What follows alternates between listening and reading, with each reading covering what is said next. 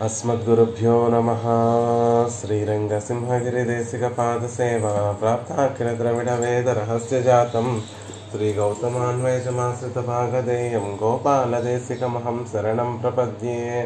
श्रीमद्गौतमवंशनायकमणेर्गोपालसूरेसुतं तत्पादाम्बुजलब्धयुग्मनिगमान्तार्थं सुशीलं सदा सद्विद्याविनयादिसद्गुणनिधिं स्वाचार्यनिष्ठान्वितं वंदे वैष्णवभूषणं तमनगं श्रीरङ्गरामानुजं कौशिकान्वयसञ्जातं वेङ्कटार्यतनूभवं वेदान्ताचार्यसच्शिष्यं उडैवर्लुगुरुं भजे।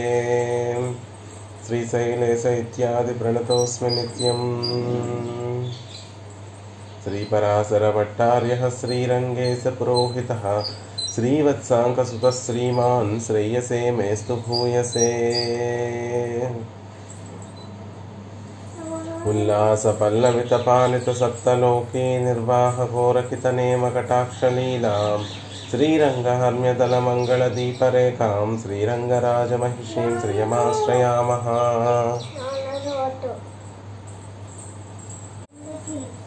नमः श्रीरङ्गनायक्यै यद्लूविभ्रमभेदतः ईशेषितव्यवैषम्यनिम्नोन्नतमिदं जगत् श्रीस्तनाभरणं तेजः श्रीरङ्गे स्वयमाश्रये చింతామణిమివోధ్వాంతం ఉత్సంగే అనంతభోగినః. భాగవతోత్తములందరికీ దాసోహాలు సమర్పిస్తూ పరాశర భట్టర్ వారు అనుగ్రహించినటువంటి శ్రీగుణరత్న కోశాన్ని అధ్యయనం చేసేటటువంటి ప్రయత్నం చేస్తున్నాము. అందులో భాగంగా నిన్నటి రోజున పెరుమాళ్ళకి పిరాట్టికి ధరించినటువంటి ఆభరణములన్నిటినీ కూడా చక్కగా దర్శింపచేశారు భట్టర్ వారు. అంతేకాకుండా స్వామికి పిరాట్టికి ఇద్దరికీ కూడా ధరించడానికి సమానంగా ఉన్నప్పటికీ కూడా, ధరించడానికి కొన్ని ఆభరణములు సమానంగా ఉన్నప్పటికీ కూడా పెరుమాళ్లే ఆ ఆభరణాలు ఎందుకు ధరిస్తున్నారు అనేటటువంటి ఒక అనుమానం మనకి కలుగుతుందేమో అని భావించి వారే దానికి ఒక చక్కటి సమాధానాన్ని కూడా చెప్తున్నారు. కౌస్తుభము, వైజయంతి, పంచాయుధాలు ఇవన్నీ కూడా పిరాట్టికి కూడా సమానమైనటువంటివి. ఆవిడ కూడా అవి ధరించడానికి అనుభవించడానికి సమానమైనప్పటికీ కూడా స్వామి ఎందుకు వీటిని ధరిస్తున్నాడు అనేటటువంటి ప్రశ్నకు భట్టర్ వారు అందంగా సమాధానం చెప్తున్నారు.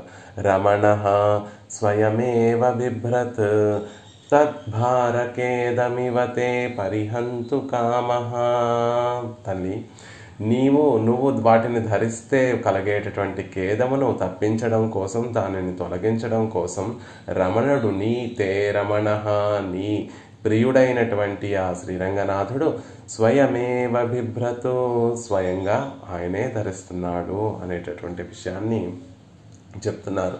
వైజయంతి మాలను దాని మీద ఊయలు లూగితేనే ఖేదపడేటటువంటి ఆ పిరాట్టి ఇక దానిని ధరించడం కూడానా, అమ్మో కష్టం కదా అని భావనతోటి, అంతేకాకుండా సారమంతా కూడా తీసేసినటువంటి వట్టి రత్నము, రాయి లాంటి ఒక రత్నము కౌస్తుభమణి అని, ఆ రత్నాన్ని స్వామే ధరిస్తున్నాడు అని, ఇంకా పంచాయుధములన్నీ కూడా ఆశ్రిత రక్షణ కోసం పంచాయుధములన్నిటినీ కూడా పెరుమాళ్ళు రక్షిస్తున్నారని ఈ విషయాన్ని అందంగా చమత్కారంగా భట్టర్ వారు 47వ శ్లోకంలో తెలియజేశారు. అంతకుముందు శ్లోకంలో సహజంగా సౌందర్యం కలిగినటువంటి దివ్యమంగళ విగ్రహం కలిగినటువంటి ఆవిడ శ్రీరంగనాయకి అని, ఆ రంగనాయకి దివ్యమంగళ విగ్రహానికి ఆభరణములన్నీ కలవడము ఎలా ఉంది అంటే వలయ సకలై దుగ్ధం పుష్పైశ్చ కల్పలత యథా అనేటటువంటి విషయాన్ని చెప్తున్నారు. సహజంగా పాలు తీయగా ఉంటాయి, దాంట్లో పంచదార కలుపుకుంటే ఎలా పరమభోగ్యంగా ఉంటుందో అలా సహజంగా ఆవిడ సౌందర్యం కలిగినటువంటి ఆవిడ అయినప్పటికీ కూడా ఈ ఆభరణములన్నీ కూడా వచ్చి శ్రీరంగనాయకి దివ్యమంగళ విగ్రహాన్ని చేరడం వల్ల గొప్ప సొగసు సంతరించుకుంటోంది, పరమభోగ్యంగా ఆవిడ సేవ సాగిస్తోంది అనేటటువంటి విషయాన్ని భట్టర్ వారు అందంగా తెలియజేశారు.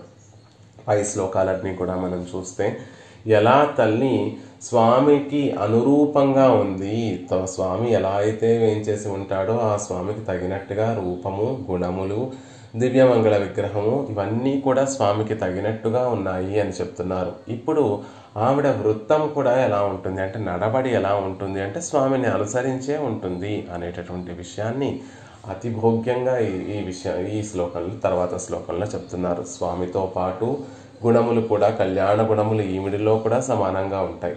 స్వామి ఎలా అయితే దివ్యమంగళ విగ్రహాన్ని భోగ్యమైనటువంటి దివ్యమంగళ విగ్రహం కలిగినటువంటి వాడు, తల్లి కూడా అలాంటి ఆయనకి అనురూపంగా దివ్యమంగళ విగ్రహం కలిగినటువంటి ఆవిడ. అనురూపంగా అంటే ఎలా అయితే పుష్పమాలిక ఉంటుందో అలాంటి దివ్యమంగళ విగ్రహం. ఎలా అయితే పుష్పమాలికను ఒక తుమ్మెద పుష్పమాలికను అనుభవిస్తూ ఎలా అయితే ఉంటుందో, స్వామి రంగనాథుడు అనేటటువంటి తుమ్మెద కోసం ఏర్పడినటువంటి ఆవిడ స్వామి కోసం ఉన్నటువంటి పుష్పమాలిక అని స్వామికి అనురూపమైనటువంటి దివ్యమంగళ విగ్రహం. ఈవిడ ప్రత్యేకంగా ఈవిడ గొప్పతనాన్ని, రంగనాయకి గొప్పతనాన్ని చెప్పుకునేటటువంటి దివ్యమంగళ విగ్రహం కాదు. స్వామి కైంకర్యానికి చేయడం కోసం తగినటువంటి దివ్యమంగళ విగ్రహం. ఆనురూప్యం అనేటటువంటిది స్వామి గొప్పవాడు అని అందువల్ల రంగనాయకి గొప్పది అని చెప్పడం లేదు. స్వామి గొప్పతనానికి తగినట్టుగా ఆయనకి అనుకూలంగా ఉండేటటువంటి ఒక దివ్యమంగళ విగ్రహం కలిగినటువంటిది తల్లి అనేటటువంటి విషయాన్ని చెప్పారు. అంతేకాకుండా ఆవిడకున్నటువంటి రూపము, గుణములు, స్వరూపము ఇవన్నీ కూడా పెరుమాళ్ రంగనాథుడికి తగినటువంటి అనురూపంగా ఉండేటటువంటి విషయము అని చెప్పిన తర్వాత ఇప్పుడు ఆవిడ వృత్తము, ఆవిడ నడవడి ఎలా ఉంటుంది అనేటటువంటి విషయాన్ని అద్భుతంగా ఈ శ్లోకంలో తెలియజేస్తున్నారు. జయ గారు మ్యూట్లో ఉండవలసిందిగా ప్రార్థిస్తున్నానండి. పేరుందేవి తయారు గారు అన్మ్యూట్ చేసుకొని శ్లోకాన్ని చెప్పవలసిందిగా ప్రార్థన చేస్తున్నాను. యది మనుజాతిరశ్చాం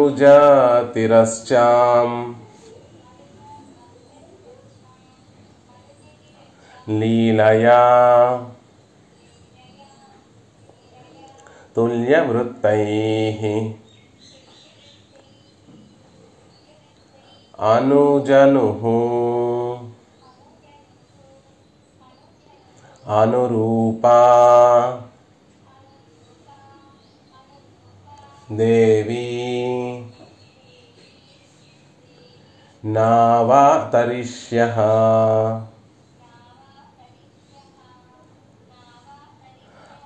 అసరసం అభవిష్యత్ నర్మనాథస్య మాతః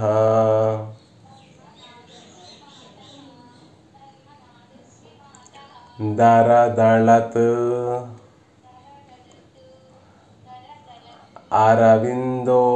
అరవిందోదంత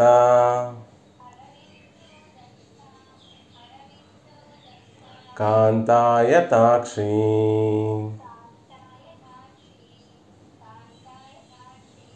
యది మనుజతిరశ్చాం లీలయా తుల్యవృత్తేః అనుజనురనురూపా దేవి నావతరిష్యః అసరసమభవిష్యన్నర్మనాథస్య మాతః దరదళదరవిందోదంతకాంతాయతాక్షి.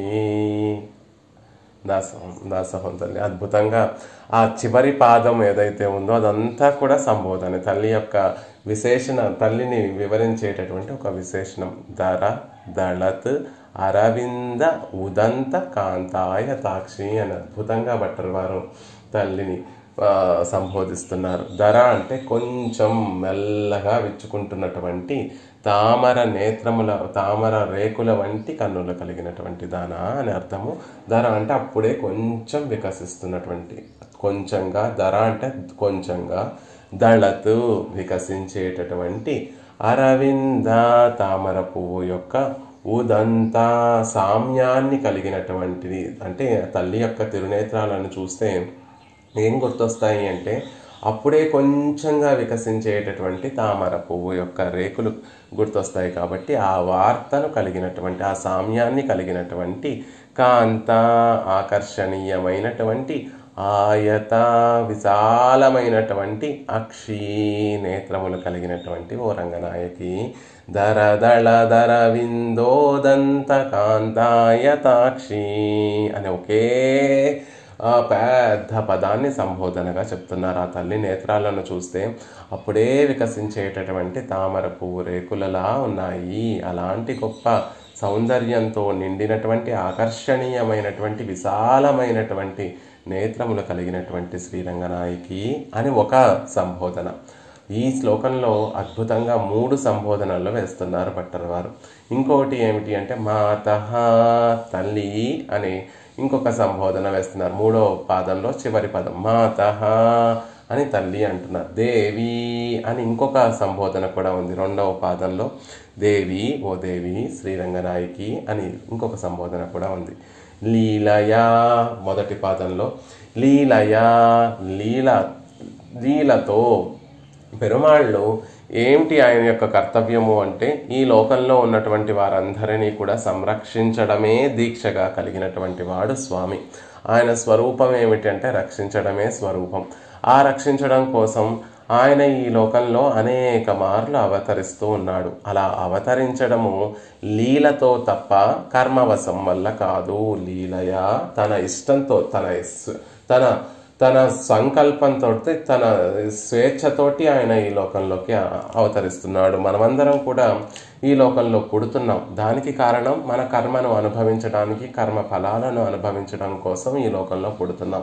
కాబట్టి మన అందరి పుట్టుక కర్మవశం వల్ల కలుగుతూ ఉంటే ఆయనలో ఈ లోకంలోకి అవతరించడానికి కారణం ఏమిటి అంటే ఆయన ఇష్టం అండి, ఆయన సంకల్పము, ఆయన స్వేచ్ఛగా ఈ లోకంలోకి అవతరిస్తున్నాడు అని చెప్పడం కోసం లీలయా అనేటటువంటి మాటను ప్రయోగిస్తున్నారు భట్టర్ వారు. మనుజ తిరశ్చాం స్వామి అనేక అవతారాలు స్వీకరిస్తున్నటువంటి సందర్భంలో ఎలాంటి దివ్యమంగళ విగ్రహాలను స్వీకరిస్తున్నాడు అంటే మనుజ తిరశ్చాం కొన్ని అవతారాలలో మానవ శరీరాన్ని స్వీకరిస్తున్నాడు, కొన్ని అవతారాలలో తిర్యక్కులుగా అవతరిస్తున్నాడు. అలా తుల్యవృత్తై మనుషులకి తిర్యక్కులకి సమానమైనటువంటి ప్రవర్తన కలిగినటువంటి వాడిగా నాథస్య నీ నాథుడైనటువంటి ఆ శ్రీమన్నారాయణుడిని అనుజను ప్రతి అవతారంలో ఆయన ఏ అవతారాలు స్వీకరిస్తూ ఉంటే అనుజనుహు ప్రతి అవతారాలలోనూ నువ్వు అనురూప ఆయన ఎటువంటి శరీరాలను దివ్యమంగళ విగ్రహాలను స్వీకరిస్తూ ఉంటే దానికి తగినట్టుగా ఆయా అవతారాలకు తగినట్టుగా రూపాన్ని నువ్వు కూడా స్వీకరిస్తున్నావు. అనురూప ఆయన రూపానికి తగినట్టుగా నువ్వు కూడా నీ రూపాన్ని స్వీకరిస్తున్నావు. ఆయన మానవుడుగా ఈ లోకంలోకి రామచంద్రుడిగా అవతరిస్తే నువ్వు మానవకాంతగా సీతాదేవిగా ఈ లోకంలోకి అవతరించావు.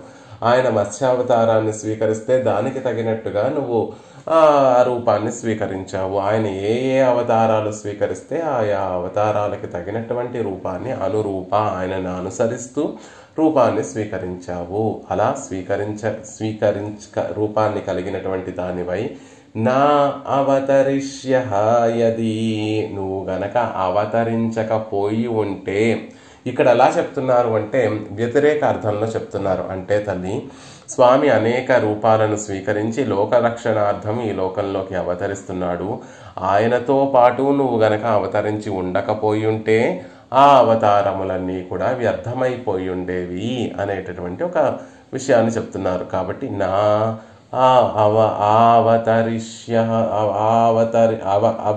అవతరిష్యది నువ్వు గనక స్వామితో పాటు అవతరించి ఉండకపోతే నర్మః నీ నాథుని యొక్క విలాసం ఏ ప్రయోజనం కోసం ఆయన అయితే ఈ లోకంలోకి అవతరించాడో ఆ ప్రయోజనం సరసం కానిదిగా విరసమై అభవిష్యత్తు అయి ఉండేది అని అందంగా భట్టర్ వారు తెలియచేస్తున్నారు. తల్లి స్వామి లీలయా మనుజ తిరశ్చాం తుల్యవృత్తై స్వామి తన ఇచ్ఛతోటి సంకల్పంతోటి ఈ లోకంలోకి మనుజుడిగా తిర్యక్కుగా ఇతర శరీరాలను స్వీకరించి ఎన్నో విధాలుగా ఉన్నాయి. ఆయా అవతారానికి తగినట్టుగా ఆయా దివ్యమంగళ విగ్రహాన్ని స్వీకరించి తుల్యవృత్తై కేవలం శరీరాలను స్వీకరించడమే కాదు దానికి తగినటువంటి వ్యవహారాలను కూడా అనుసరించేటటువంటి వాడిగా ఈ లోకంలోకి అవతరిస్తున్నాడు. అలా అవతరించేటటువంటి సందర్భంలో అనుజనుహు ప్రతి అవతారాన్ని విడిచిపెట్టకుండా ప్రతి అవతారంలోనూ అనురూప ఆయనని అనుసరించి ఆయన రూపానికి తగినట్టుగా రూపాన్ని స్వీకరించి దేవి తల్లి నా అవతరిష్యది నువ్వు గనక అవతరించకపోయి ఉంటే అవన్నీ ఏమై ఉండేవి? ఆ నర్మ అంటే ఆ లీల ఏదైతే ఉందో, ఆ విలాసం ఏదైతే ఉందో, స్వామి చేసేటటువంటి ఆ విలాసం ఏదైతే ఉందో అది అసరసం అభవిష్యత్, అది సరసం లేకుండా విరసమై ఉండేది, అంటే అవతార ప్రయోజనం కలిగి ఉండకపోయి ఉండేది అనేటటువంటి విషయాన్ని అద్భుతంగా భట్టర్ వారు ఈ శ్లోకంలో తెలియజేస్తూ, దరదళ ఎవరు మ్యూట్లో ఉండవలసిందిగా ప్రార్థిస్తున్నాను తల్లి. దరదళ దరవిందోదంత కాంతాయతాక్షి, అరమోపు కన్నులు కలిగిన తామర పుష్పముల వంటి నేత్రములు నేత్ర సౌందర్యం కలిగినటువంటి ఓ తల్లి అని భట్టర్ వారు ఈ శ్లోకంలో అందంగా తెలియజేస్తున్నారు. వ్యాస మహర్షి, పరాశర మహర్షి విష్ణు పురాణంలో చాలా అందంగా చెప్తారు. ఏవం యథా జగత్స్వామి దేవదేవో జనార్దనః అవతారం కరోతి ఏషా తదా శ్రీహి తత్సహాయని. లోకంలో జగత్తంతటికీ కూడా ప్రభు అయినటువంటి వాడు, దేవదేవుడైనటువంటి ఆ జగన్నాథుడు ఎప్పుడెప్పుడు ఈ లోకంలో అవతరిస్తూ ఉంటాడో అప్పుడప్పుడు అతనికి లక్ష్మీ శ్రీహి తత్సహాయని, ఆయనకి సహాయకురాలుగా లక్ష్మీదేవి కూడా ఈ లోకంలోకి అవతరిస్తూ ఉంటుంది అనేటటువంటి విషయాన్ని అందంగా పరాశర మహర్షి విష్ణు పురాణంలో చెప్తారు. మహర్షి యొక్క వాక్యం అంటే స్వామి ఎప్పుడైతే ఈ లోకంలో అవతరిస్తున్నాడో, ఎందుకు అవతరిస్తూ ఉంటాడు అంటే ముఖ్య ప్రయోజనం పరిత్రాణాయ సాధూనాం, సాధువులందరినీ కూడా సంరక్షించడం కోసం, వారి కోరికలను తీర్చడం కోసం, వారికి అయిష్టమైనటువంటి వాటినన్నిటినీ కూడా తొలగించడం కోసం. అంతేకాకుండా వారిని ఎలాగో వచ్చాడు కాబట్టి వినాశాయ చ దుష్కృతం, లోకంలో వినాశం కలిగించేటటువంటి వారందరినీ కూడా దుష్కర్మలు చేసేటటువంటి వారందరినీ కూడా తొలగిస్తూ ఉంటాడు. అంతేకాకుండా ధర్మ సంస్థాపనార్థాయ, ధర్మాన్ని సంస్థాపన బాగుగా స్థాపించడం కోసం స్వామి ఈ లోకంలోకి అవతరిస్తూ ఉంటాడు. అలా అవతరించేటటువంటి ప్రతి సందర్భంలోనూ అసలు ఆయన సాధువుల్ని రక్షిస్తున్నాడు. ఆ రక్షణ అనేటటువంటి పదం ఎక్కడ వచ్చినా కూడా పరమాత్మ ఎవరినైనా రక్షిస్తున్నాడు, ఆ రక్షిస్తున్నాడు అనేటటువంటి పదం ఎక్కడొచ్చినా కూడా ఆయన పక్కన లక్ష్మీదేవి ఉంది అనేటటువంటి విషయం మళ్ళీ ప్రత్యేకంగా చెప్పక్కర్లేదు. పెరుమాళ్ళు రక్షిస్తున్నారు అంటేనే పక్కన శ్రీదేవి ఉండి ఆ మన తరపున సిఫార్సు చేసి పురుషకారం చేసి మనల్ని రక్షింపచేస్తోంది అని అర్థం. కాబట్టి పెరుమాళ్ళ యొక్క అవతార ముఖ్య ప్రయోజనం సాధువుల్ని రక్షించడమే కాబట్టి వారిని రక్షించడంలో తల్లి పక్కనే, స్వామి పక్కనే ఉండి వారిని రక్షింపచేస్తోంది అనేటటువంటి విషయాన్ని చెప్తున్నారు. అలా ఓ తల్లి నువ్వే గనక స్వామిని గనక ఆయన అవతారాలలో నువ్వు ఆయన పక్కన ఉండి నిత్యయోగం చేస్తూ ఆయన పక్కన ఉండి గనక నువ్వు ఉండకపోతే ఆయన ఎత్తినటువంటి ఆ అవతారములన్నీ కూడా వ్యర్థమైపోతూ ఉండేవి అంటున్నారు. ఈ రీతిగా స్వామికి స్వామి రూపానికి తగినట్టుగా, పెరుమాళ్ల తిరుమేనికి ఆయన లీలలకు తగినట్టుగా రూపాన్ని, చేష్టితాలని కలిగినటువంటి దానిపై లక్ష్మీదేవి అవతరించడం వల్లనే పెరుమాళ్ల అవతారాలు భోగ్యతను పొందుతున్నాయి అంటున్నారు. తల్లి ఎప్పుడు అవతరించినా కూడా స్వామి రూపానికి తగినట్టుగా తాను కూడా రూపాన్ని స్వీకరిస్తుంది. ఆయన చేష్టితాలకి తగినట్టుగా ఈవిడ చేష్టితాలు కూడా ఉంటాయి. రామచంద్రుడు అరణ్యవాసాన్ని స్వీకరించి తద్వారా ఋషులకి మహర్షులకి ఉండేటటువంటి ఖేదాన్ని, అంటే రాక్షసుల వల్ల కలిగేటటువంటి బాధనంతటినీ కూడా తొలగించాలి అని పెరుమాళ్ళు సంకల్పిస్తే ఆయన సంకల్పాన్ని అనుసరించే లక్ష్మీదేవి ముందే నేను కూడా నీతో పాటు అరణ్యవాసానికి వస్తాను అని సీతాదేవి రామచంద్రుడిని నిర్బంధించి తనతో పాటు అరణ్యవాసాన్ని స్వీకరించింది. అరణ్యానికి రామచంద్రుడితో పాటు వెళ్ళింది. లక్ష్మీదేవి సీతాదేవి వెళ్ళి ఉండకపోతే రామచంద్రుడు అరణ్యంలోనే 14 సంవత్సరాలు ఉండేవాడు, మళ్ళీ తిరిగి వచ్చేసి ఉండేవాడు. రావణాసురుడు రావడం, సీతాపహరణ జరగడం అవన్నీ కూడా జరిగి ఉండేవి కాదు. కాబట్టి రామచంద్రుడి యొక్క ఆ అవతార ప్రయోజనం అనేటటువంటిది పూర్తయ్యేటటువంటిదే కాదు. అసలు మిగిలినటువంటి ఋషుల్ని రక్షించేటటువంటి వాడా రామచంద్రుడు అంటే సీతాదేవి పక్కన లేకపోతే సీతాదేవిని రావణాసురుడు ఎత్తుకుపోయిన తర్వాత ఆయన ఏ విధంగా ఉన్నాడో మనందరికీ తెలుసు.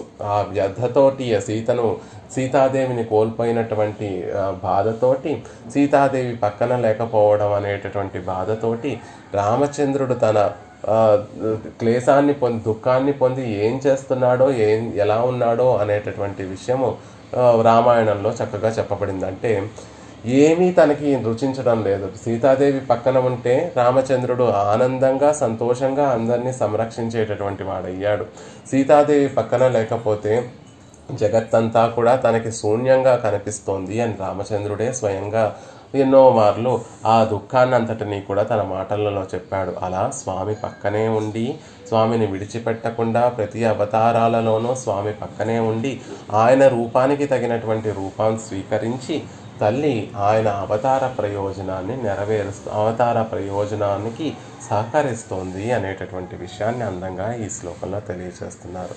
ఆవిడే కనుక అవతరించకపోయింటే బ్రహ్మచారి అయినటువంటి ఆ నారాయణుడు చేసేటటువంటి కృత్యాలు ఫలిస్తాయా ఫలించవా తెలియదు. ఏమో ఫలిస్తాయో ఫలించవో, కానీ ఈవిడ లక్ష్మీదేవి చేసేటటువంటి పురుషకారం మాత్రం తప్పక ఫలిస్తుంది. కాబట్టి ఆవిడ పక్కన ఉండి ఆవిడ చేసేటటువంటి పురుషకారం రక్షించడానికి పరిణమిస్తుంది, రక్షణత్వాన్ని పరిమళింపచేస్తుంది అనేటటువంటి విషయాన్ని అందంగా ఇందులో తెలియచేస్తున్నారు. ఈ విషయాన్ని చాలా చక్కగా తెలియచేస్తున్నారు. ఇందులో ఆ తల్లిని దరవిందోదంత కాంతాయ తాక్షి అనేటటువంటి విషయాన్ని చెప్తున్నారు. అంటే కొంచెం విచ్చుకున్నటువంటి తామర పువ్వులే అందమైనటువంటి దీర్ఘమైనటువంటి ఆయతాక్షి, విశాలమైనటువంటి తిరునేత్రములు కలిగినటువంటి దాన తల్లి అనేటటువంటి విషయాన్ని చెప్తూ, మాతః అఖిల జగన్మాత వినువు, ఆయన జగత్పిత అయి ఉండి అందరినీ రక్షించడం కోసం ఆయన అవతారాలు స్వీకరిస్తూ ఉంటే నువ్వు అఖిల జగన్మాతవి కాబట్టి ఆయనను అనుసరించి మమ్మల్ని అందరినీ కూడా రక్షించడం కోసం ఈ లోకంలోకి వస్తున్నావు అనేటటువంటి విషయాన్ని అందంగా తెలియచేస్తున్నారు. తల్లికి దివ్యాభరణములలో, దివ్యాయుధములలో అన్నిటిలో దివ్య దంపతుల యొక్క అనురూప్యాన్ని చెప్పినటువంటి భట్టర్ వారు ఇప్పుడు వారి అవతారాలలో, ఆయన స్వామి స్వీకరించేటటువంటి అవతారాలలో కూడా ఒక సామ్యాన్ని మనకి తెలియచేస్తూ ఈ శ్లోకంలో వివరిస్తున్నారు. తల్లి శ్రీదేవి, నువ్వు ప్రియునితో పాటు ఆయన రూపానికి అనురూపంగా ఆ రూపాన్ని స్వీకరించి అవతరించకపోయి ఉంటే ఇవన్నీ అవతారములన్నీ కూడా విరసములై ఉండేవి, అంటే అంత ప్రియంగా ఉండేటటువంటివి కాదు అంటున్నారు. ఎవరికి విరసంగా అయి ఉండేవి అంటే ఆ అవతారాలను అనుభవించేటటువంటి మనకి విరసంగా ఉండేవి. అంటే అందులో ఏమీ లేదు, ఏమిటి స్వామి వచ్చాడు, ఏవో నలుగురిని సంహరించాడు, వెళ్ళిపోయాడు అని ఆ కథ తలుచుకుంటే, ఆ అవతారాన్ని తలుచుకుంటే అందులో ఏమీ అంత భోగ్యత లేదండి. చూడండి, కర్పారి రామ పిరానై అల్లాన్ మట్రుం కర్పరు అంటారంటే అనుసంధానం చేస్తే రాముని యొక్క చరిత్రనే అనుసంధానం చెయ్యాలి అంటారు. ఆ రామచంద్రుడి యొక్క చరిత్ర అయినటువంటి రామాయణం అంత పరమభోగ్యంగా ఎందుకు ఉంది అంటే సీతాయాశ్చరితం మహత్, ఆ మహత్ గొప్పతనం ఎలా సంతరించుకుంది రామాయణానికి అంటే సీతాదేవి చరిత్ర కాబట్టి అని చెప్తారు. అలా తల్లి, నువ్వు గనక రామచంద్రుడు స్వామితో పాటు నువ్వు ఈ లోకంలో ఆయనను అనుసరించి నువ్వు గనక అవతరించకపోయింటే ఆయన అవతారాలన్నీ కూడా వట్టి రసం లేనటువంటి వట్టి పిప్పిగా ఉండేవి తల్లి. ఎవరికి వాటిని అనుభవించేటటువంటి వారికి అవన్నీ పిప్పిగా ఉండేవి అనేటటువంటి విషయాన్ని అందంగా భట్టర్ వారు చెప్తున్నారు. అంతేకాదు, నువ్వు అవతరించావు కాబట్టే ఆ విరసము ఎవరికి, ఇద్దరికి అంటే ఏమని చెప్తున్నారు, అరసం సరసం అసరసం అభవిష్యత్, అవన్నీ కూడా అసరసంగా ఉండేవి ఎవరికి, అనుభవించేటటువంటి మనలాంటి వారందరికీ. అంతేకాకుండా స్వామికి కూడా అవన్నీ కూడా ఆ అవతారం ఆయనకి కూడా అంత ఇష్టంగా ఉండేది కాదు. పక్కన సీతాదేవి ఉంటేనే ఆయనకి కూడా ఆనందంగా ఉంటుంది. పక్కన లక్ష్మీదేవి తనని అనుసరించి ఆ అవతారాలలో వచ్చి ఉంటేనే రామచంద్రుడి అంటే స్వామికి కూడా ఆ ఆనందం అనేటటువంటిది ఉంటుంది అనేటటువంటి విషయాన్ని చెప్తున్నారు. ఈ విషయాన్ని కూరతాళ్వాన్ శ్రీస్తవంలో చక్కగా చెప్తారు. క్రీడేయం ఖలు నాణ్యధాస్య రసదాస్యాత్, క్రీడేయం స్వామి చేసేటటువంటి ప్రతి లీలా కూడా నాణ్యధాస్య రసద ఆమెతో కనుక కలిసి చెయ్యకపోతే అవన్నీ కూడా ఆ రసానుభవం సంతరించుకోవు. స్వామి చేసేటటువంటి ప్రతి లీలా కూడా శ్రీదేవితోనే కలిసి చేస్తాడు కాబట్టే వారిద్దరికీ కూడా ఆనందం కలుగుతోంది. అలా లక్ష్మీదేవితో కలిసి గనక కలవకుండా ఆవిడతో కాకుండా స్వామి ఏదైనా లీల చేస్తే అదంత రసాత్మకంగా ఉండదు అనేటటువంటి విషయాన్ని కూరత్తాళ్వాన్ కూడా అందంగా చెప్తారు. ఇక్కడ అన్ని అవతారాలలో అనుజనుహు అనురూపాదేవి అన్ని అవతారాలలో కూడా తల్లి స్వామిని అనుసరించింది అనేటటువంటి విషయాన్ని చెప్తున్నారు. ఈ విషయం మనం చాలాసార్లు చెప్పుకున్నాం. వామనుడుగా స్వామి బ్రహ్మచారిగా ఈ లోకంలో అవతరించినప్పుడు కూడా ఆయన అవతారం ఏమిటి? బ్రహ్మచారి. అందులో పిరాట్టి పక్కన ఉండడానికి వీలు లేనటువంటి అవతారం అయినప్పటికీ కూడా ఆ అవతారంలో కూడా ఆ అవతారానికి స్వామికి తగినట్టుగా ఆయన పక్కన భార్యగా లేకపోయినా కూడా ఆయన వక్షస్థలంలో లక్ష్మీదేవిగా ప్రకాశిస్తూనే ఉంది. ఆ లక్ష్మీ కటాక్షం బలి చక్రవర్తి మీద పడితే ఎక్కడ తన పని అవుతుందో అవ్వదో అనేటటువంటి బెంగతోటి స్వామి ఆ లక్ష్మీదేవిని తన జింక చర్మంతో కప్పివేశాడు, ఉపనీతంతో కప్పివేశాడు అనేటటువంటి విషయాన్ని చెప్తారు ఆళ్వార్లు కూడా. பூமேய செம்மாதே நின்மார்பில் சேர்விత్తు పారిడంద అమ్మ. ఆ లోకాలన్నిటినీ కూడా కొలిచేటటువంటి సందర్భంలో స్వామి వక్షస్థలంలో వేయించేసి ఉంది తల్లి అనేటటువంటి విషయాన్ని ఆళ్వార్లు కూడా నమ్మాళ్వార్లు కూడా తెలియచేస్తారు. కాబట్టి వామనుడుగా ఈ లోకంలోకి వచ్చినప్పటికీ కూడా తల్లి తన వక్షస్థలంలో ఉంది. వరాహ అవతారంలో కూడా శ్రీదేవి తన వక్షస్థలంలో భూదేవిని ఉద్ధరించడానికి స్వామి వచ్చినప్పటికీ కూడా ఆయన వరాహ అవతారంలో స్వామి వక్షస్థలంలోనే పిరాట్టి ఉంది అనేటటువంటి విషయాన్ని చెప్తున్నారు. వక్షస్థలంలోనే కాకుండా ప్రత్యక్షంగా ఉన్నటువంటి అవతారాలు మనం చూస్తున్నాం. సీతాదేవిగా, రుక్మిణిగా వేరువేరు ఆ స్వామికి అనురూపమైనటువంటి రూపాన్ని స్వీకరించి ఆయా అవతారాలలో తాను కూడా స్వామిని విడిచిపెట్టకుండా అవతారానికి తగినట్టుగా ఈ లోకంలోకి వచ్చింది అని చెప్తున్నారు. ఈ వాక్యాన్ని పరాశర మహర్షి చెప్తారు. రాఘవత్వే అభవత్ సీత రుక్మిణీ కృష్ణ జన్మని అన్యేషు చావతారేషు విష్ణోర్యేషానపాయిని. స్వామి రాఘవుడిగా వస్తే ఆవిడ సీతాదేవిగా వచ్చింది, ఆయన కృష్ణుడిగా వస్తే ఆవిడ రుక్మిణిగా వచ్చింది. అన్యేషు మిగిలినటువంటి అవతారాలన్నిటిలో కూడా విష్ణో ఏషానపాయిని విష్ణువుని విడిచిపెట్టకుండా ఆవిడ అనపాయిని ఆ స్వామిని అనుసరించింది అనేటటువంటి విషయాన్ని చెప్తున్నారు.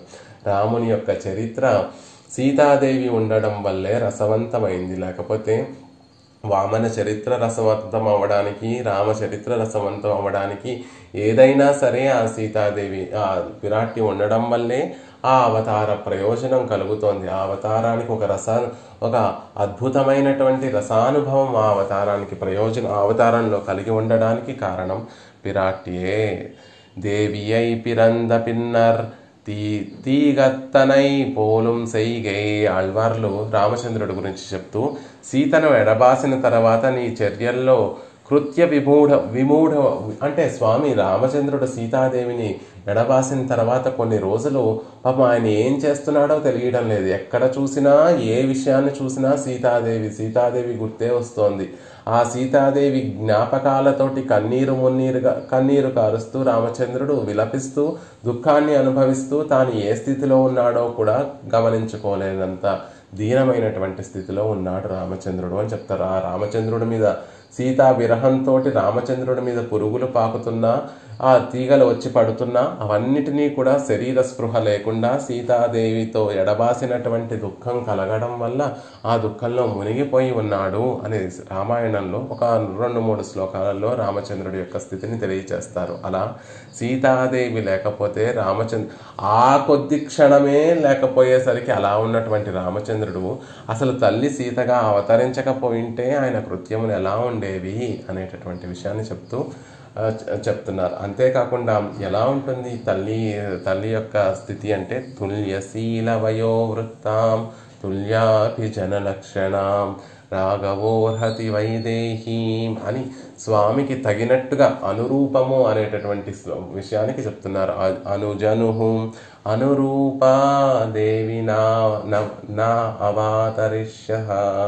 నువ్వు గనక అనురూపంగా అవతరిస్తుంది. అనురూపం అంటే కూడా అన్నిటిలోనూ సామ్యం, తుల్యములో, శీలములో, వయస్సులో, వృత్తములో, అభిజనము, ఆ వంశంలో, పుట్టుకలో, అన్నిటిలో కూడా సమానంగా ఉంటుంది స్వామికి అనేటటువంటి విషయాన్ని చెప్తున్నారు. అలా స్వామిని అనుసరించి అనుసరించి అనుసరించి ప్రతి దాంట్లో స్వామిని అనుసరించి ఉండడం వల్లే ఆ స్వామి యొక్క అవతార ప్రయోజనము కలుగుతోంది. మన అవతారాన్ని స్మరించేటటువంటి మనకి ఆనందం కలుగుతోంది. ఆవిడ అవతరించి ఆయన కథలో ఉంది కాబట్టే రామాయణం లవకుశ ఇద్దరూ కూడా రామచంద్రుని యొక్క దర్బారుకు చేరి అక్కడ అందరి ముందు ఆ రామాయణాన్ని పాడుతూ ఉంటే రామచంద్రుడు సీతాదేవి పక్కన లేకపోయినా కూడా ఆ రామ కథను ఎంతో ఆనందంగా విన్నాడు అనేటటువంటి విషయాన్ని చెప్తారు. ఎందుకు అంత ఆనందంగా విన్నాడు రామచంద్రుడు అంటే అది సీతాదేవి యొక్క కథ కాబట్టి, సీతాదేవి యొక్క సన్నివేశములన్నీ కూడా అందులో వస్తాయి కాబట్టి అదంతా కూడా అంత భోగ్యం. ఇప్పుడు చూడండి, నిజంగా రామాయణం మనమైనా కూడా రామచంద్రుడు 11,000 సంవత్సరములు ఈ లోకంలో ఉన్నప్పటికీ కూడా రామాయణము అంటే ఎక్కడ వరకు వస్తుంది? సీతాదేవి బాలకాండలో సీతాపరిణయము, ఆ తర్వాత యుద్ధకాండ, మళ్ళీ సీతాదేవి రామచంద్రుడిని పొందడము, ఆ తర్వాత ఏదో ఉత్తరకాండలో కొంత భాగం మనం సేవిస్తాం. అది రామచంద్రుడు సీతాదేవితో ఉన్నటువంటి సమయం. సీతాదేవి మళ్ళీ రామచంద్రుడితో లేనటువంటి ఆ మిగిలినటువంటి కాలం అంతా కూడా మనం అనుసంధానం చేస్తామా అంటే అది రామచంద్రుడు ఎలా ఉన్నాడో కూడా తెలియదు మనకి. కాబట్టి సీతాదేవితోటి ఉన్నటువంటి రామచరిత్రనే లోకమంతా కూడా ఆదరించింది. కాబట్టి అంత ఒక రసాత్మత ఆ రామచంద్రుడికి రామావతారానికి నీ వల్లే కలుగుతోంది తల్లి అనేటటువంటి విషయాన్ని అందంగా తెలియజేస్తున్నారు భట్టల వారు. అంతేకాకుండా జగత్కారణం తు దేహల్, వేదము ఎవరిని ధ్యానించాలి మనము అంటే ఈ జగత్తంతటికీ కూడా కారణం ఎవరో ఆయనని సేవించాలి. ఆయనని ధ్యానిస్తే మనం ఈ సంసారం అనేటటువంటి వలయం నుండి బయటపడచ్చు అని చెప్తుంది. మరి ఆ జగత్కారణుడు ఎవరు అంటే నారాయణాత్ బ్రహ్మ జాయతే, నారాయణాత్ రుద్రో జాయతే. నారాయణుడి నుండి బ్రహ్మ అవతరించాడు, నారాయణుడి నుండి రుద్రుడు అవతరించాడు అని ఆ నారాయణుడు అనేటటువంటి విషయాన్ని చెప్తుంది. మరి ఆ నారాయణుడు ఎలాంటి వాడు అంటే సర్వే నిమిష జజిగ్రే విద్యుత పురుషాదది. ఆ స్వామి ఎలా ఉంటాడు అంటే విద్యుత్ వర్ణాన్ని కలిగినటువంటి పురుషుడి నుండి ఉద్భవించింది ఈ లోకమంతా కూడా అని చెప్తుంది. విద్యుత్ వర్ణం ఏమిటి? స్వామి వర్ణము నల్లటి మేఘవర్ణం కదా. వేదం మరి విద్యుత్ పురుషాదది అని విద్యుత్ వర్ణంలో ఉన్నటువంటి స్వామి నుండి లోకమంతా కూడా సర్వము ఉద్భవించింది అని చెప్తోంది. ఏమిటి అంటే విద్యుల్లేకేవ భాస్వత అని లక్ష్మీదేవి యొక్క వర్ణాన్ని విద్యుత్ వర్ణంతో పోలుస్తారు. కాబట్టి ఆ లోకమంతా కూడా సృజింపబడేటటువంటి సమయంలో కూడా లక్ష్మీదేవి స్వామితో కలిసి ఉంది. అది జగత్కారణతత్వము. జగత్కారణతత్వం అంటే వట్టి నారాయణుడు కాదు, లక్ష్మీ సంబంధంతోనే సిద్ధిస్తాం. లక్ష్మీ సంబంధంతో కూడినటువంటి స్వామి ఈ జగత్తంతటికి కూడా కారణమవుతున్నాడు. రక్షింపబడుతోంది అంటే ఆవిడ పురుషకారం వల్లే అని ఆ రెండింటినీ కూడా తెలియజేస్తూ లక్ష్మీనారాయణుడు ఎప్పుడూ ఆ లక్ష్మీ తత్వం అనేటటువంటిది లక్ష్మీ విశిష్టుడైనటువంటి తత్వమే నారాయణ తత్వము అనేటటువంటి విషయాన్ని చెప్తున్నారు. ఈ విషయాన్ని భట్టర్ వారు శ్రీరంగరాజస్తవం ఉత్తర శతకంలో ఒక శ్లోకంలో అందంగా ఇదే విషయాన్ని మళ్ళీ రంగనాథుడితో చెప్తున్నట్టుగా చెప్తారు. అనురూపరూపచేష్టా నయది సమాగమం ఇందిరా అకరిష్యత్ అసరసం అథవా అప్రియం భవిష్ణు ధ్రువం అకరిష్యత రంగరాజనర్మ. రంగరాజుని సంబోధిస్తూ అంటే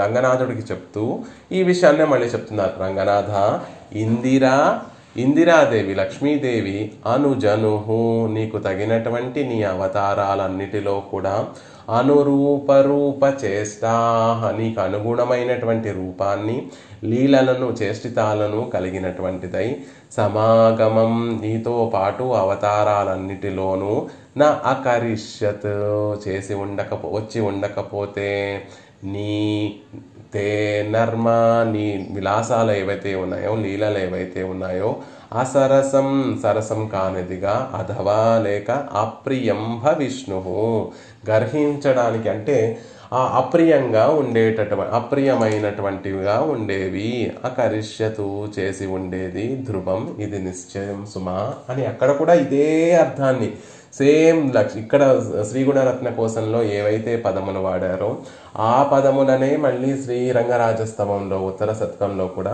వాడుతూ రంగనాథుడిని ఉద్దేశిస్తూ, ఇక్కడేమో తల్లిని ఉద్దేశిస్తూ చెప్పారు, అక్కడ రంగనాథుడిని ఉద్దేశిస్తూ ఇదే విషయాన్ని బట్టర్ వారు అక్కడ కూడా ఆ తల్లి గనక లక్ష్మీదేవి గనక నిన్ను అనుసరించి ఇక్కడికి రాకపోతే నీ ఈ అవతారాలన్నీ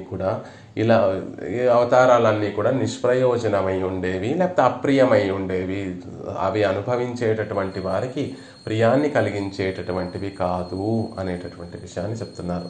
శ్రీ విష్ణు సహస్రనామంలో కూడా ఒక నామం శ్రీకరః అనేటటువంటి నామం ఉంటుంది. ఆ నామానికి పరాశర భట్టర్ వారే భాష్యాన్ని అనుగ్రహిస్తూ తాం పరత్వైవ వ్యూహావతారాద్విషపి సానురూపం కరోతి. శ్రీకరః అంటే శ్రీదేవికి చక్కటి రూపాన్ని, తగినటువంటి రూపాన్ని కలగజేసేటటువంటి వాడు. లక్ష్మీదేవి పరమపదంలో ఉంటే దానికి ఆ పరమపదంలో తనకి తగినటువంటి రూపాన్ని కలగజేసేటటువంటి వాడు. వ్యూహంలో క్షీరాబ్దిలో ఉంటే అక్కడ తాను ఎలా ఉంటాడో దానికి తగినటువంటి రూపాన్ని కలిగేటట్టుగా చేసేటటువంటి వాడు. మిగిలినటువంటి అవతారాలలో కూడా తన రూపానికి తగినట్టుగా లక్ష్మీదేవికి రూపాన్ని కలగచేసేటటువంటి వాడు అని శ్రీకరః అనేటటువంటి నామం తెలియచేస్తుంది అని దాని యొక్క వ్యాఖ్యానంలో పెద్దలందరూ కూడా తెలియజేస్తున్నారు. అలా ఇక్కడ స్వామి లీలయా తుల్యవృత్తై మనుజ తిరశ్చాం లీలయా తుల్యవృత్తై అనుజను అనురూపాదేవి అవాతరిష్య అసరసం అభవిష్యన్నర్మనాథస్య మాతః దరదళదరవిందోదంత కాంతాయ తాక్షి అని ఆ తల్లి గనక అవతరించకపోతే ఇదంతా కూడా నిష్ఫలమయ్యాయి. ఏ అవతారాలు? మనుజ తిరశ్చాం, కొన్నేమో మానవులుగా అవతారం స్వీకరించాడు, కొన్నేమో తిర్యక్కులుగా స్వామి ఈ లోకంలోకి స్వీకరించాడు అని చెప్పడం. దేవజాతి, మనుష్య జాతి, స్థావర జాతి, జంగమ జాతి అన్నిటిలో కూడా పెరుమాళ్ళ అవతారాలు ఉన్నాయి అనేటటువంటి విషయాన్ని చెప్తున్నారు. ఉపేంద్రుడిగా అంటే వామన అవతారం ఏదైతే ఉందో అది దేవ జన్మలో స్వామి దేవతా శరీరంతో స్వామి స్వీకరించినటువంటి అవతారం. రాముడైతే మనుష్య జన్మలో స్వీకరించినటువంటి అవతారం. మత్స్యాది అవతారాలు, మత్స్యము, కూర్మము, వరాహము ఇలాంటివన్నీ కూడా తిరియకు జన్మలు. ఇక్కడ స్థావర జన్మలు అంటారు కదా. నైమిసారణ్యానికి వెళితే అక్కడ పెరుమాళ్ళని ఎలా చూస్తాము అంటే వృక్ష రూపంలో చూస్తూ ఉంటాం, అది స్థావర జన్మ. అలా అవతారాలన్నిటిలో కూడా 4 విధములైనటువంటి అవతారాలన్నిటిలో కూడా లక్ష్మీదేవి ఆయనని అనుసరిస్తూ ఉంటుంది అనేటటువంటి విషయాన్ని చెప్తున్నారు. మనమైతే మన కర్మవశం చేత ఈ లోకంలోకి అవతరిస్తాము. స్వామి తన ఇచ్ఛ చేత ఈ లోకంలోకి అవతరిస్తున్నాడు, తన సంకల్పంతో, తన కృపతోటి ఈ లోకంలోకి అవతరిస్తున్నాడు అని చెప్పడం కోసం లీలయా అనేటటువంటి మాటను ప్రయోగించారు. అవతరించటం కూడా ఎలా అవతరిస్తున్నాడు? తుల్యవృత్తై, ఏ రూపాన్ని స్వీకరిస్తే ఆ రూపానికి తగినటువంటి కర్మలన్నిటినీ కూడా చేస్తున్నాడు. వరాహ రూపంగా ఆయన ఈ లోకంలోకి అవతరిస్తే తుంగమూల స్థానాలన్నింటినీ అంటే తుంగములని వాటిలన్నింటినీ కూడా తినేటటువంటి వాడయ్యాడు అని తుల్యవృత్తై. ఆయన మానవుడిగా రామచంద్రుడిగా అవతరిస్తే మానవులు ఎలా ప్రవర్తిస్తారో, మానవులు ఏ పనులు చేస్తారు, శాస్త్రాన విదితంగా మానవులు ఏ పనులు చేయాలో అవన్నీ కూడా చేసి చూపించినటువంటి వాడు. కాబట్టి ఏ అవతారానికి తగినటువంటి చేష్టితములను చేసినటువంటి వాడు అని తుల్యవృత్తై అనేటటువంటి విషయాన్ని చెప్తున్నారు. అలా ఆ తల్లి స్వామిని విడవకుండా శ్రీదేవి కూడా అవతరించడము 3 కారణముల చేత. ఎందుకు తల్లి అవతరిస్తోంది మనతోటి, స్వామితోటి అంటే 3 కారణాలు చెప్తున్నారు. స్వభావ సిద్ధంగా తాను పరమాత్మని విడిచి ఉండలేదు కాబట్టి ఆవిడ స్వామినే విడిచిపెట్టకుండా అవతరిస్తోంది. అది ఒకటవ కారణం.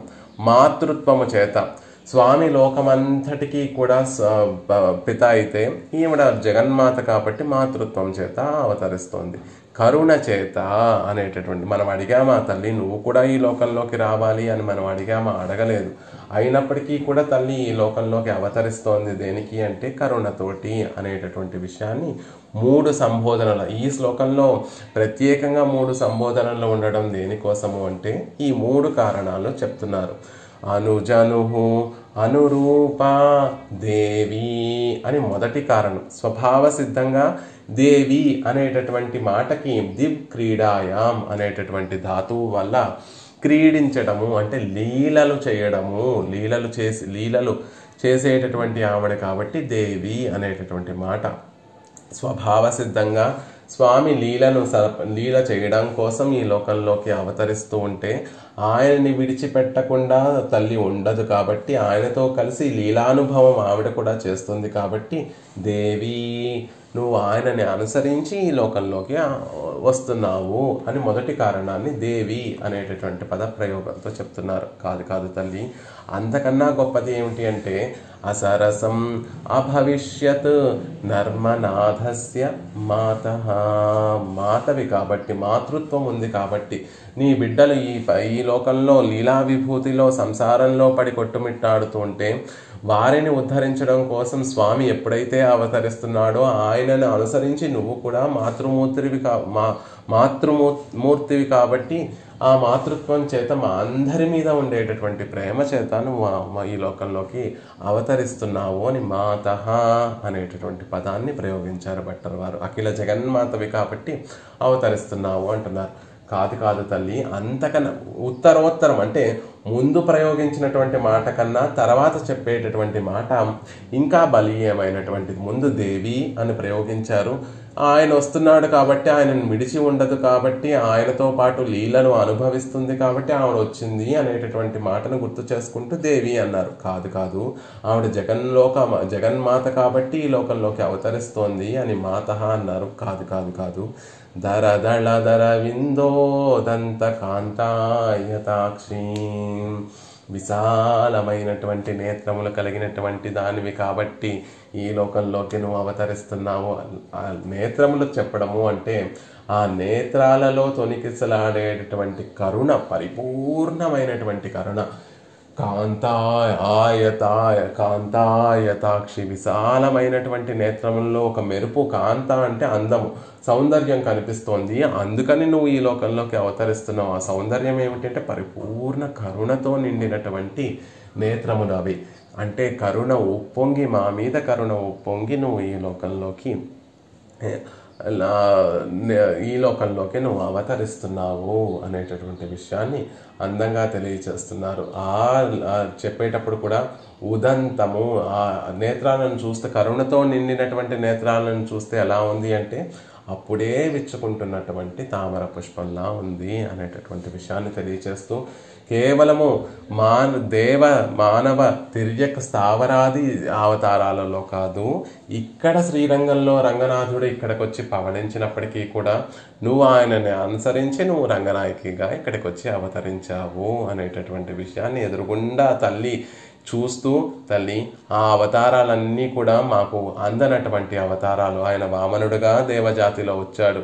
ఆ తర్వాత ఎక్కడో తిరియక్కుగా ముందు అవతారాలు స్వీకరించాడు. మానవుడిగా, రాముడిగా, కృష్ణుడిగా వచ్చాడు. ఆ తర్వాత ఎక్కడో నైమిసారణ్యంలో స్థావరంగా ఉన్నాడు. అయినప్పటికీ కూడా మా ఎదురుగా శ్రీరంగనాయకిగా నువ్వు వచ్చి ఉన్నావే. దరవిందోదంత కాంతాయతాక్షి, అంత కరుణమ్మ మా మీద. ఆ కరుణంతా కూడా, ఆ దయంతా కూడా నీ కన్నులలో కనిపిస్తోంది. మా మీద ఉండేటటువంటి ప్రేమ అంతా కూడా నీ తిరునేత్రములలో కనిపిస్తోంది. ఇంత ప్రేమతోటి మా మీద, ఇంత ప్రేమతోటి నువ్వు వచ్చి ఇక్కడ శ్రీరంగనాథుణ్ణి అనుసరిస్తూ వచ్చి నువ్వు రంగనాయకిగా ఇక్కడ వేయించేసి ఉన్నావు అని ఎదురుగుండా ఉండేటటువంటి రంగనాయకిని చూస్తూ దరదళ దరవిందోదంత కాంతాయతాక్షి అని ఆవిడ యొక్క కన్నులలో కనిపించి మనందరి మీద కనిపించేటటువంటి ప్రేమను పురస్కరించుకొని సంబోధిస్తున్నారు భట్టరవారు. ఇలా స్వామిని అనుసరిస్తూ ఆవిడ ప్రతి అవతారంలో ఆవిడ అవతరించకపోయి ఉంటే అవన్నీ కూడా వ్యర్థమైపోయి ఉండేవి, అసరసమైపోయి. ఇలా చెప్పడం ఎందుకండి, నేరుగా చెప్పచ్చు కదా. ఇప్పుడు రివర్స్లో చెప్తున్నారు భట్టరవారు. అంటే నేరుగా తల్లి ప్రతి అవతారములోనూ స్వామిని అనుసరిస్తోంది కాబట్టి ఆ అవతారములన్నీ కూడా రసవత్తరం అవుతున్నాయి, వాటికి పరమ ప్రయోజనం కలుగుతోంది అని చెప్పకుండా ఆవిడ గనక అవతరించకపోయి ఉంటే అవన్నీ కూడా వ్యర్థమైపోయేవి, అసరసమైపోయి ఉండేవి అని వ్యతిరేక స్థితిలో ఎందుకు చెప్తున్నారు అంటే, మామూలుగా పాజిటివ్గా చెప్పడం కన్నా ఈ వ్యతిరేక అవస్థలో చెప్పేటటువంటి మాటకు ఇంకా బలీయమైనటువంటి అర్థం ఉంటుంది అని శాస్త్రంలో చెప్పబడుతుంది. వ్యాకరణాది భాషా శాస్త్రంలో చెప్తుంది. ఒక మాటను నేరుగా చెప్పడం కన్నా కూడా నువ్వు ఈ పని చేస్తే నీకు మంచిది అని చెప్పడం కన్నా కూడా నువ్వు ఈ పని చెయ్యకపోతే నీకు జరిగేటటువంటి నష్టం ఇది అని చెప్తే ఆ ఈ రెండు మాటలో కూడా ఒకటే అర్థాన్ని చెప్తున్నాయి. కానీ రెండవ మాటకి ఎక్కువ ప్రాధాన్యం ఉంటుంది మొదటి మాట కన్నా కూడా. నువ్వు తింటే నువ్వు బలంగా ఉంటావు అనేటటువంటిది మొదటి మాట. నువ్వు సరిగ్గా తినకపోతే నీకు అస్వస్థత కలుగుతుంది, నువ్వు ఏ పని చేయలేకపోతావు అనేది రెండవ మాట.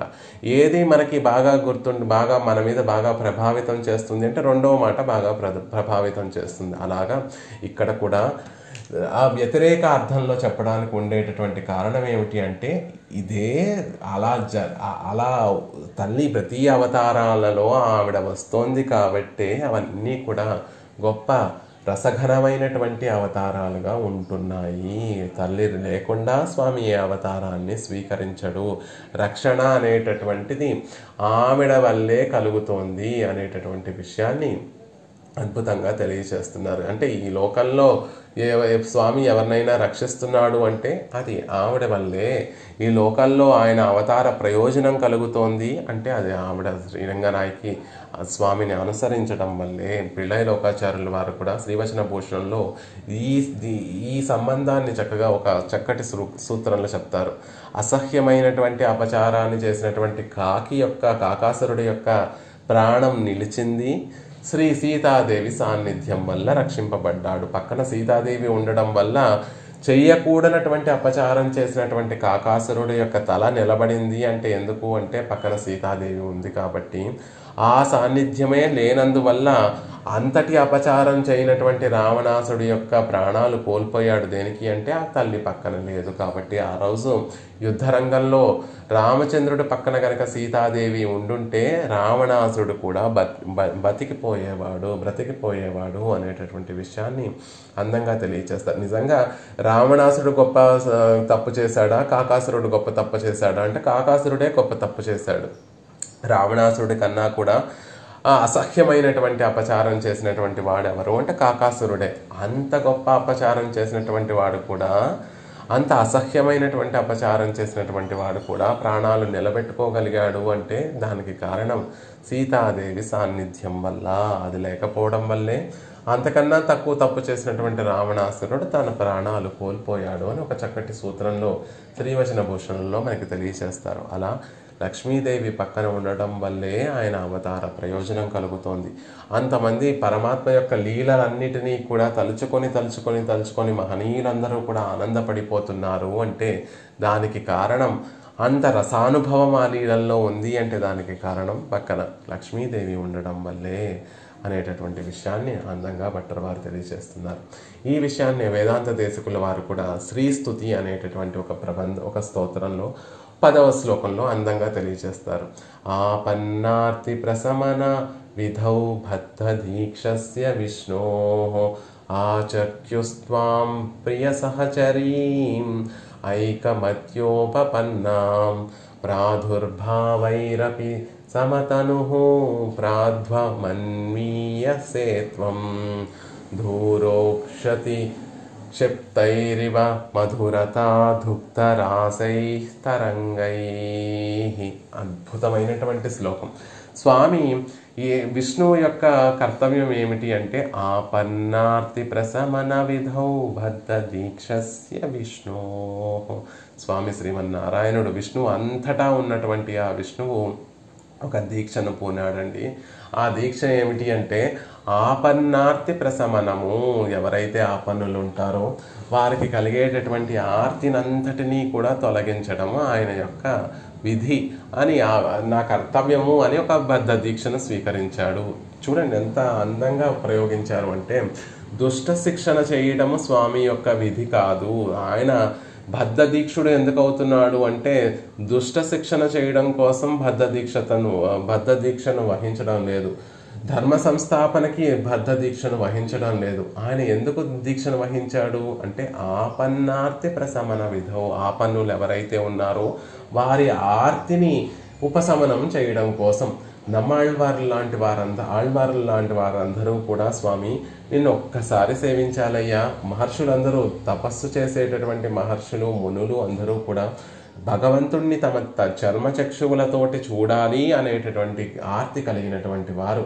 అలాంటి వారి యొక్క ఆర్తినంతటినీ కూడా ప్రశమనం, వాటిని తొలగించి వారికి నా సాక్షాత్కారం ప్రసాదించాలి అనేటటువంటి బద్ధదీక్షుడు అయినటువంటి విష్ణువు. విష్ణువు ఒక యాగం చేద్దాం అనుకుంటున్నాడమ్మా. ఆ యాగం ఏమిటి అంటే ఆపన్నుల యొక్క ఆర్తిని తొలగించడం అనేటటువంటి యాగం చేద్దాం అనుకుంటున్నాడు. ఎవరు యాగం చేయగలరు అంటే ధర్మపత్ని పక్కన ఉంచుకొని కలిగినటువంటి వాడు, ధర్మపత్ని పక్కన ఉంచుకున్నటువంటి వాడు మాత్రమే యాగం చేయగలడు, దీక్ష పూనగలడు. అలా విష్ణువుకి ఎప్పుడూ నువ్వు పక్కన ఉండి ఆయనకి సహకరిస్తున్నావు అనేటటువంటి విషయాన్ని మొదటి పాదంలోనే ఆపన్నార్తి ప్రశమన విధౌ బద్ధ దీక్షస్య విష్ణు ఆచక్యుస్త్వాం ప్రియ సహచరీ ఉపపన్నాం. ఆయన అవతరిస్తుంటే ఆయనతో కలిసి నువ్వు కూడా ఈ లోకంలోకి అవతరిస్తున్నావు. ఎందుకు? ప్రియ సహచరివి కాబట్టి, ఆయనకి ఇష్టమైనటువంటి పట్టమహిషివి కాబట్టి. ఎలా అవతరిస్తున్నాం? ప్రాదుర్భావైరపి సమతను ప్రాధ్వమన్వీయ సేత్వం. ఆయన ఎలాంటి రూపాన్ని స్వీకరిస్తున్నాడో సమతనుహు అలాంటి రూపాన్ని స్వీకరించి నువ్వు కూడా ఈ లోకంలోకి అవతరిస్తున్నావు. అది ఎలా ఉంది అంటే దూరోక్షితైరివ మధురతా దుగ్ధరాసైః తరంగైః.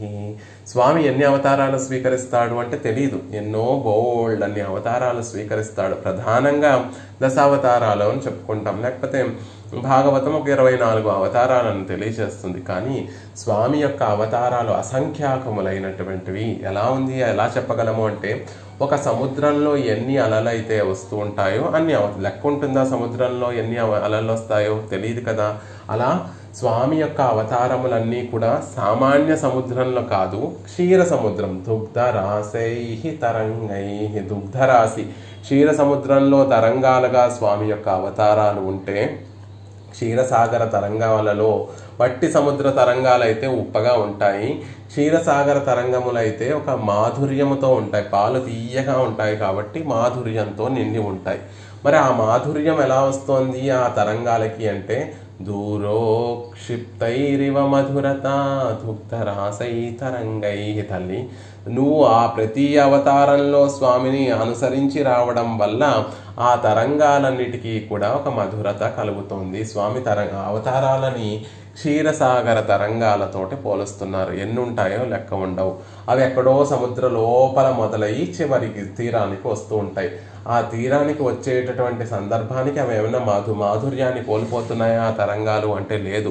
మాధుర్యంతోనే తీరానికి చేరుతున్నాయి. అలా మాధుర్యంతో ఎలా అయితే తరంగాలు క్షీరసాగరం నుండి వస్తూ ఉంటాయో, వ్యూహమూర్తి అయినటువంటి క్షీరాబ్దినాథుడి నుండి అవతారాలన్నీ కూడా కిందకి వస్తూ ఉంటాయి. ఎక్కడి నుండి అవతారాలన్నిటినీ స్వామి స్వీకరిస్తూ ఉంటాడు అంటే పరమపదం నుండి క్షీరాబ్దికి చేరి, క్షీరాబ్దిలో ఉండేటటువంటి వ్యూహవాసుదేవుడి దగ్గరికి దేవతలందరూ కూడా వెళ్ళి లోపల వరకు కూడా వెళ్ళలేరు, క్షీరసాగరం లోపలికి వెళ్ళలేరు. ఆ బయట తీరంలోనే ఉండి దేవతలందరూ కూడా మొరలు పెట్టుకుంటూ ఉంటే ఒక అశరీరవాణి ఆ దేవతలందరికీ కూడా వినిపిస్తుంది. నేను వచ్చి మిమ్మల్ని రక్షిస్తాను అని స్వామి వారికి కనిపించకుండా తన వాణిని మాత్రమే, తన వాక్కును మాత్రమే వినిపిస్తూ ఉంటాడు. ఈ ఆపదలన్నిటినీ కూడా నేను తొలగిస్తాను అని. ఆ క్షీరసాగరంలో మధ్యలో ఎక్కడ ఉన్నటువంటి ఆ క్షీరాబ్దినాథుడు అక్కడ నుండి దిగి లీలా విభూతికి వచ్చి చేరుతాడు. లోపల బయలుదేరినటువంటి అలా ఎలా అయితే తీరానికి వచ్చి తాకుతుందో అలా లోపల నుండి బయలుదేరినటువంటి క్షీరాబ్ది నుండి బయలుదేరినటువంటి స్వామి ఇక్కడికి ఈ లోకంలోకి అవతారాన్ని స్వీకరించి ఈ లోకంలోకి అవతరిస్తున్నాడు. అలా వచ్చినటువంటి అలా ఎక్కడా కూడా తీయందనాన్ని కోల్పోకుండా మధ్యలో ఎలా అయితే క్షీరాబ్దిలో ఎలా అయితే తీయగా ఉంటుందో చివరికి తీరానికి వచ్చినప్పుడు కూడా అంతే తీయగా ఉంటుంది. అలా స్వామి పరమపదంలో ఉండేటటువంటి భోగ్యతతోనే కిందకి అవతరిస్తూ ఉంటాడు. ఆ భోగ్యత అంతా కూడా అవతారాలలో ఎలా కలుగుతోంది అంటే ఆ పాలల్లో ఉండేటటువంటి మాధుర్యం ఎలా అయితే పుచ్చుకునేటటువంటి వారికి భోగ్యంగా ఉంటుందో స్వామి అవతారాలలో పిరాటి అనుసరించడం వల్లే ఆ అవతారాలన్నీ కూడా పరమభోగ్యంగా ఉంటున్నాయి. ఒకవేళ కనుక లక్ష్మీదేవి లేకపోతే ఆ క్షీరాబ్దిలో నుండి వచ్చేటటువంటి అలలైనా అవి ఉప్పగా ఉండేవి సుమా అనేటటువంటి విషయాన్ని ఇక్కడ వేదాంత దేశకులు అందంగా తెలియచేస్తున్నారు. క్షీరాబ్దిలో నుండి వచ్చేటటువంటి అలలతోటి స్వామి యొక్క అవతారాలను పోలుస్తూ ఎన్నో అవతారాలు స్వీకరిస్తాడు. ఆ అవతారములన్నీ కూడా ప్రతి అలా ఎలా అయితే తీయగా ఉంటుందో ఈ అవతారాలన్నీ కూడా పరమభోగ్యంగా ఉంటాయి. దానికి కారణం ఆ అలల్లో ఉండేటటువంటి మధురత. ఆ మధురత ఎవరు అంటే తల్లి నువ్వే అనేటటువంటి విషయాన్ని శ్రీదేవి పరమాత్మని అనుసరించి రావడం వల్ల అవతారాలన్నిటికీ కూడా ఒక మాధుర్యం సంతరించుకుంటోంది అనేటటువంటి విషయాన్ని అందంగా తెలియజేస్తారు. దూరోత్ క్షిప్తైరివ మధురతా దుగ్ధరాసైః తరంగైః. స్వామి క్షీరాబ్దిలో ఎలా అయితే దివ్యమంగళ విగ్రహుడై ఉంటాడో, కళ్యాణ గుణములతోటి వెలిగిపోతూ ఉంటాడో, ఆ కళ్యాణ గుణములతోటి ఆ దివ్యమంగళ విగ్రహంతోనే ఈ లోకంలోకి అవతరిస్తాడు. రాముడిగా ఈ లోకంలోకి అవతరించినప్పటికీ కూడా మానవ శరీరానికి మనం ఎలా అయితే కర్మవశులమై మానవ శరీరాన్నితో ఉంటామో అలాంటి శరీరంతో ఆయన రాలేదు. ఇక్కడికి వచ్చినప్పుడు అప్రాకృతమైనటువంటి దివ్యమంగళ విగ్రహంతోనే వచ్చాడు. అక్కడ ఏ కళ్యాణ గుణములన్నీ కూడా పరిపూర్ణంగా ఉంటాయో, పరమపదంలో క్షీరాబ్దిలో ఏ కళ్యాణ గుణములైతే పరిపూర్ణంగా ఉంటాయో అవన్నీ కూడా ఏ అవతారాన్ని స్వీకరించినా ఆ అవతారంలో ఆ పూర్ణత అనేటటువంటిది ఉంటుంది. దానికి కారణం లక్ష్మీదేవి సంబంధం ఆయనని అనుసరించి ఈ లోకంలోకి వస్తోంది అనేటటువంటి విషయాన్ని అందంగా వేదాంత దేశకులు కూడా చెప్తున్నారు. ఆ పన్నార్తి ప్రశమన విధౌ బద్ధ దీక్షస్య విష్ణో ఆచక్యుస్వాం ప్రియ సహచరీం ఐక మత్యోపపన్నాం ప్రాదుర్భావైరపి సమతనుః ప్రాధ్వమన్వీయసే త్వం క్షిప్తైరివ మధురతా దుగ్ధరాసైః తరంగైః. ఆ సముద్ర తరంగములు క్షీరాబ్ది యొక్క సముద్ర తరంగములు ఎలా అయితే మాధుర్యాన్ని కోల్పోకుండా వచ్చి తీరాన్ని చేరుతున్నాయో, స్వామి కూడా లక్ష్మీదేవిని విడిచిపెట్టకుండా అన్ని అవతారాలను స్వీకరించి లక్ష్మీదేవి వల్ల అవతారాలన్నిటికీ కూడా ఒక మాధుర్యం కలుగుతుంది అని వేదాంత దేశకులు అనుగ్రహించారు. ఇక్కడ భట్టర్ వారేమో యది మనుజతిరశ్చాం లీలయా తుల్యవృత్తైః అనుజనురనురూపా దేవి నావాతరిష్యః అసరసం అభవిష్యత్ నర్మనాథస్య మాతః దరదళధరవిందోదంతకాంతాయతాక్షి. తల్లి మా మీద కరుణతోటి స్వామి వచ్చి ఇక్కడికి హాయిగా రంగనాథుడిగా పవళించినప్పటికీ కూడా నువ్వు ఆయనని అనుసరించి ఇక్కడికి రంగమంగళ దీపికగా మా అందరినీ కటాక్షించడం కోసం కరుణని ఉప్పొంగేటటువంటి తిరునేత్రములతోటి మా అందరి కోసం వచ్చి మా కోసం ఇక్కడికి వచ్చి నువ్వు అవతరించావమ్మా. అది ఎలా తెలుస్తోంది భట్టర్ వారే అంటే దరవిందోదంతకాంతాయతాక్షి.